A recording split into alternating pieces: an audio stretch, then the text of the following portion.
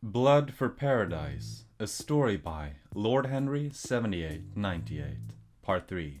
How do you fucking live with yourself? Jackie walked into school, head held high despite the dried blood emanating from his nose and stitched up head wound. He didn't care about the bruised ribs. As soon as you showed you were afraid of the Cortica, they never let you forget it. You wore your scars proudly. His third period history teacher, Angri, though, not so much.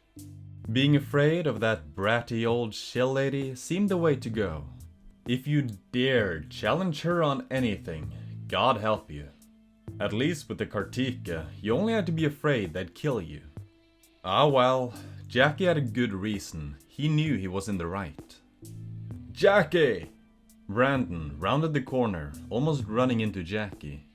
Thank God, man. Angri's fucking pissed. Brandon, Jackie called. He wasn't sure how good friends he and Brandon were. They got along pretty well in class, but never really saw each other outside of school. It's third period now, right? He was too tired and a little dazed from earlier to connect the dots, the adrenaline having worn off at the sight of the shield building. The hell have you been, dummy? Angry's fucking furious. More than usual? Jackie just contemplated skipping class if Angry was gonna bring down that level of shit on him. Would he survive the next 30 minutes? Even more than usual. We got some new noble girl, and you know how angry gets when the noble's around. Everything has to be perfect. Jackie was well and truly fucked, and he knew it. If he mouthed off to death squads, nothing was stopping him from tearing some noble kid a verbal new one. Wish me luck. He groaned, gingerly touching the stitched up wound on his head. Hell of a first impression, huh? Good luck, dummy. Brandon went off to the restroom. Jackie was sure he'd been keeping the kid from his date with the porcelain god, but oh well. Even from out in the hall, Jackie could hear him puking. He thought Brandon looked hungover. He appreciated the warning. Third room on the right was his stop. He took a breath and pushed the door open, hoping to just slip in. Moritz!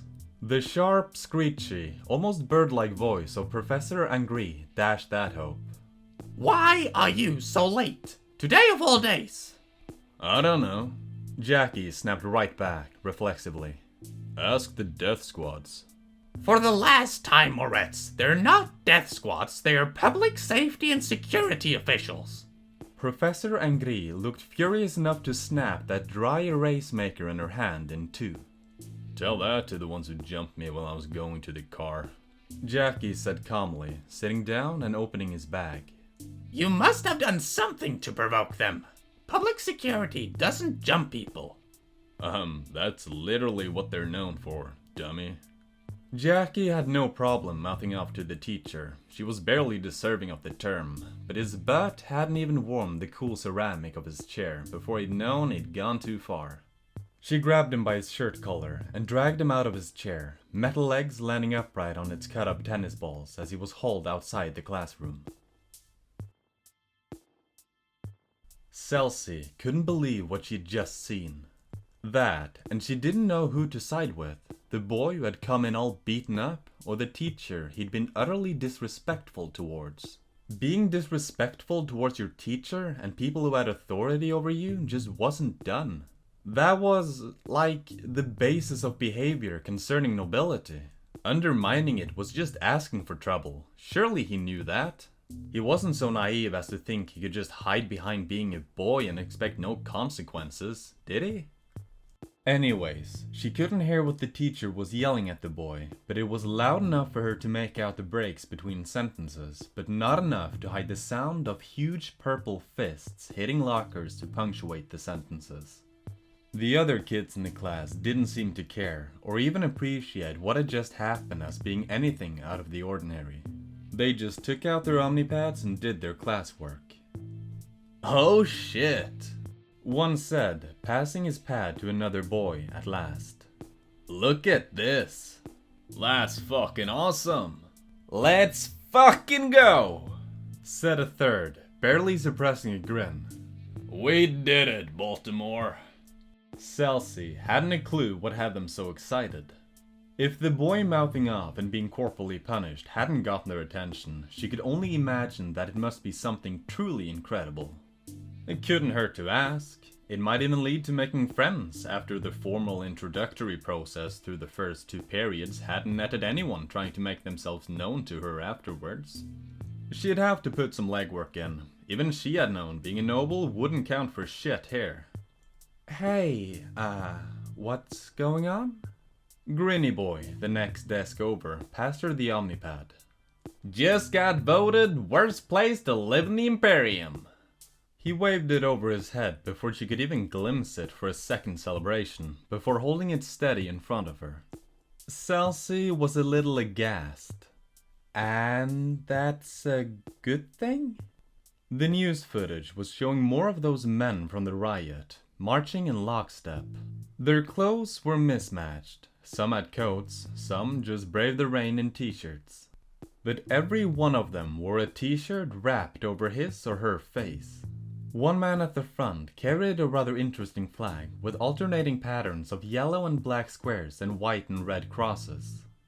The things you Shivani hate about us are the things we always thought were good, someone said, though they got quiet the moment she turned back to look for who had said something so fragrantly disobedient.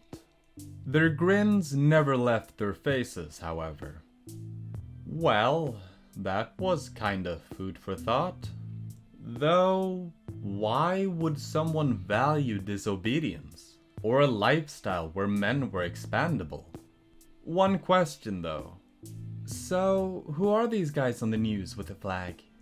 They don't tell you shit in shell school, do they? The same voice asked, and again she turned to find who had spoken. Eyes finally settling on a girl of rather large proportions and both dark skin that reminded her of an untattooed Nikru, and eyes that despite their darkness burned with all the intensity of a laser rifle. Everybody on Shell knows Earth is the paradise with all the men. Celsi pointed out. Obviously not true. Seemed they knew nothing about Earth. Yeah, that's why you don't trust the people in charge, the girl said. Anarchy, said another, but it was obvious he was just playing along.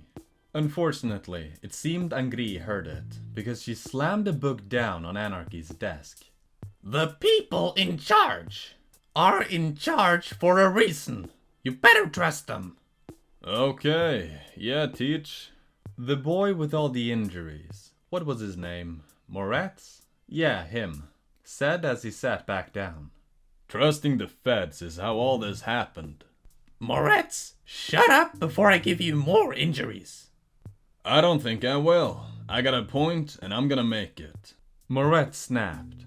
He stood up. When you just follow along with what people tell you, they can do whatever they want. That's the point. We conquered you, so you have to do what we say. I'm gonna quote someone I know. No, you aren't. Moretz ignored the teacher.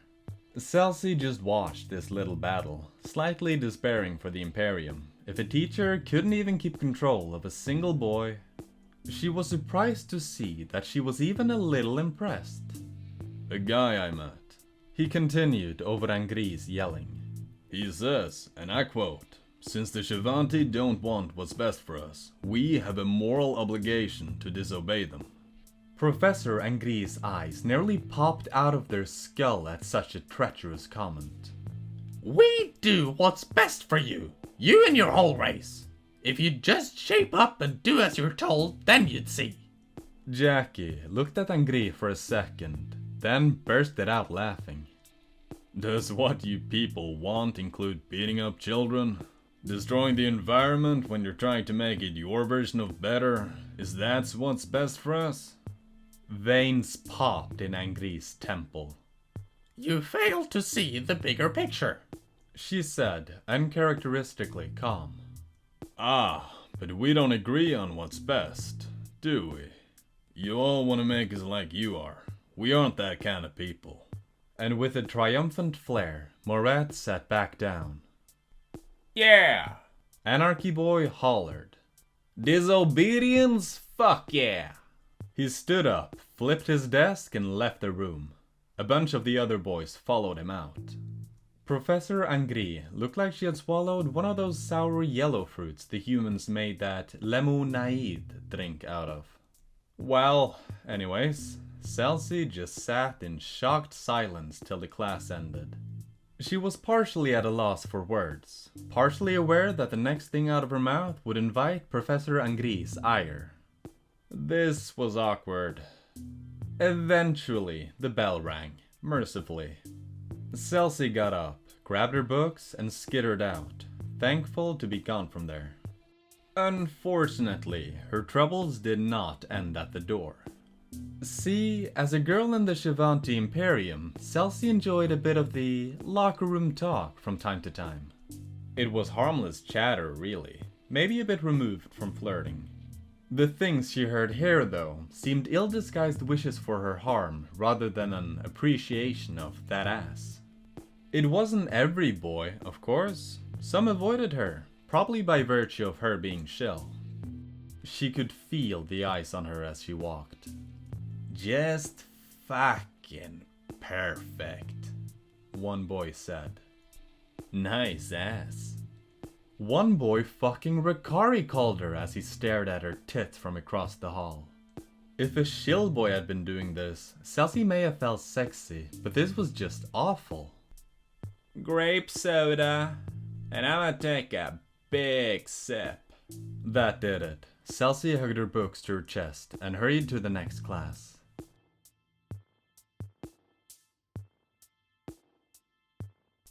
The young gentlemen always played basketball in the afternoons. They were young, yes, but not necessarily boys. Early 20s, and they definitely looked like tough people. They cut quite a sight, throwing the ball around as some pitiful Shivanti attempt at hip-hop played on an ancient radio. But it was obvious to Sertva and her blushing groom-to-be, Ixuba, that they were in the wrong part of town. Of course, with this blasted husk of a city, every part was the bad part. Face it, Ixuba said. We're lost. Nonsense, Sertva said reassuringly, though she had her doubts. Just ask those boys for directions, please. Ixuba pleaded. He'd never felt safe around here. Fine, Sertva smiled.